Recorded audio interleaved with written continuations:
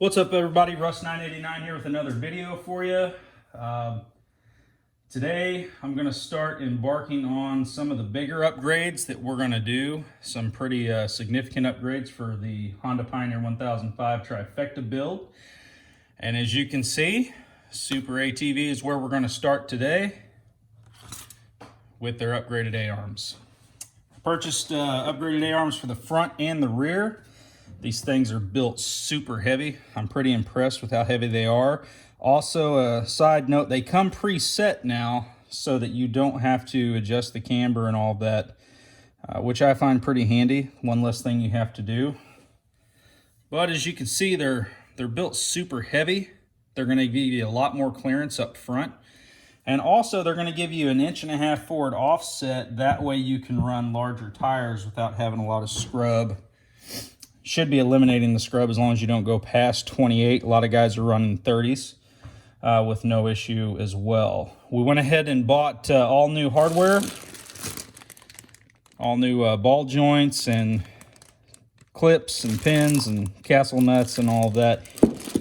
It's not necessary that you do so. You can remove them from your old A-arms. I chose not to do that because I feel like once you press the old ball joint out and then press it back into this one, that you're kind of weakening it a little bit. It's not going to seat near as well. And, you know, for $85 to $100, it was something like that. I spent at Rocky Mountain ATV. I got all the parts that I needed, brand new stock. So that's what we're going to work on tonight. We're going to get the ball joints and everything pressed in, and then we're going to start tearing this thing apart and putting them in, so stay tuned. So to get started, we're going to take this brand new ball joint, we're going to press it in. We got a ball joint press. This is the part number for the lower ball joint. We got 2 of those, so we're going to get this thing on the press it in. You got to be a little careful.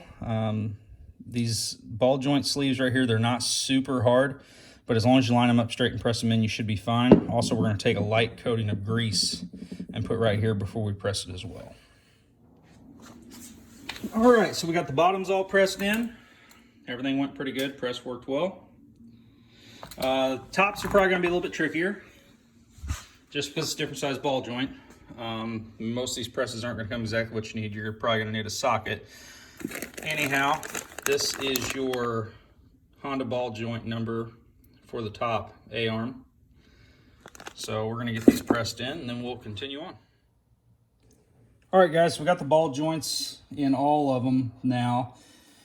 On these upper arms is probably where you're going to have your trouble. I just bought a brand new press, and for the lowers, it had every part that I needed. For the top, not so much. So I had to improvise, get this 1 7/16 socket, and it's just deep enough that it fits over that, and it fits pretty snug. And then you just run your press down into this. I used a Milwaukee Impact to run mine down. But a trick, these top ones are just a little more tricky than the bottom ones. So what I did was I got this, put some 2x4s underneath here. And if you get that lined up right, probably hard to see, but put some grease on this lip right here and get it set in there, and then get this thing set, put this on, try to hold it as still as possible, and give it a couple taps. And then once you seat that, make sure that you seat it straight. If you don't seat this straight, you're going to have some serious issues. You're going to end up it's going to press sideways and all kinds of stuff. Now that's if you're using, you know, a C-clamp style press like